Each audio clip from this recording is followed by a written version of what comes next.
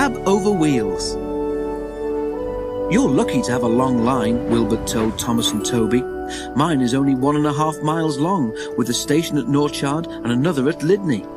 The scenery is super though, and my driver says it's better up the valley. Our volunteers are going to open that bit too. They work hard, but it takes a long time.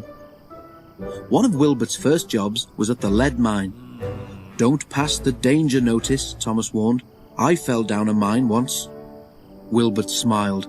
I've worked in a colliery, he said, so I know about danger notices. But, he added, there was an engine once who thought he knew better. What happened? Asked Toby and Thomas. Wilbert paused. This engine didn't have a name, he began. Just a number, 16, and he worked in a steelworks.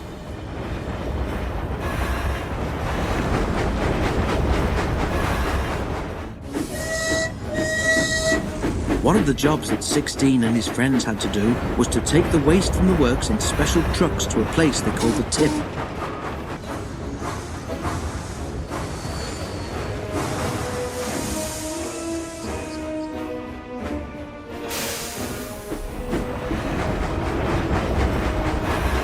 Well, went on Wilbert, 16 got tired of always stopping in the same place.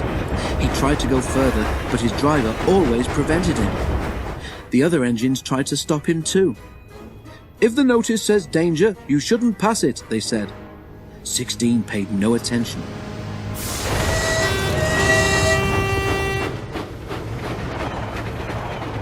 Don't be stupid, his driver said. We mustn't pass the notice, or goodness knows where we shall end up. But 16 wanted to know. Pooh, he scoffed. I can take care of myself.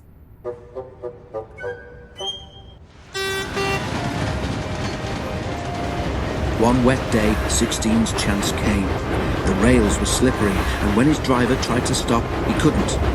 You see, 16 had asked the trucks which were in front of him to carry on past the warning sign. They did just that, and their momentum pulled 16 with them. You silly engine, scolded his driver. Wasn't my fault, muttered 16 sulkily. It was those trucks. You always wanted to pass that board, said the driver crossly. I believe you asked them to drag us on purpose. A foreman ran towards them. What are you doing there, driver? He shouted. It's not safe. The trucks dragged us, explained the driver. Well, come to the office with me, and you, fireman, get your engine back on firm ground before it's too late, ordered the foreman. But it was already too late. As the foreman turned away, the earth beneath 16's wheels sank and the rails sagged. A small rush of stones clattered away to the bottom of the bank. 16's fireman knew that if he tried to move the engine now, he would only make things worse. Ooh, groaned 16. Beneath his weight, the rails sagged even more. Suddenly, they fell away completely. As the fireman leapt for safety, 16 overbalanced. The coupling between him and the trucks broke, and he rolled cab over wheels down the bank. He reached the bottom with a crash and lay on his side, looking surprised and leaking steam in all directions. Help! He gasped weakly. Thomas and Toby were silent. What happened to 16 after that? Ventured Toby. Oh, he was rescued, Wilbert said, but he wasn't repaired, and he was sent to the back of the shed in disgrace.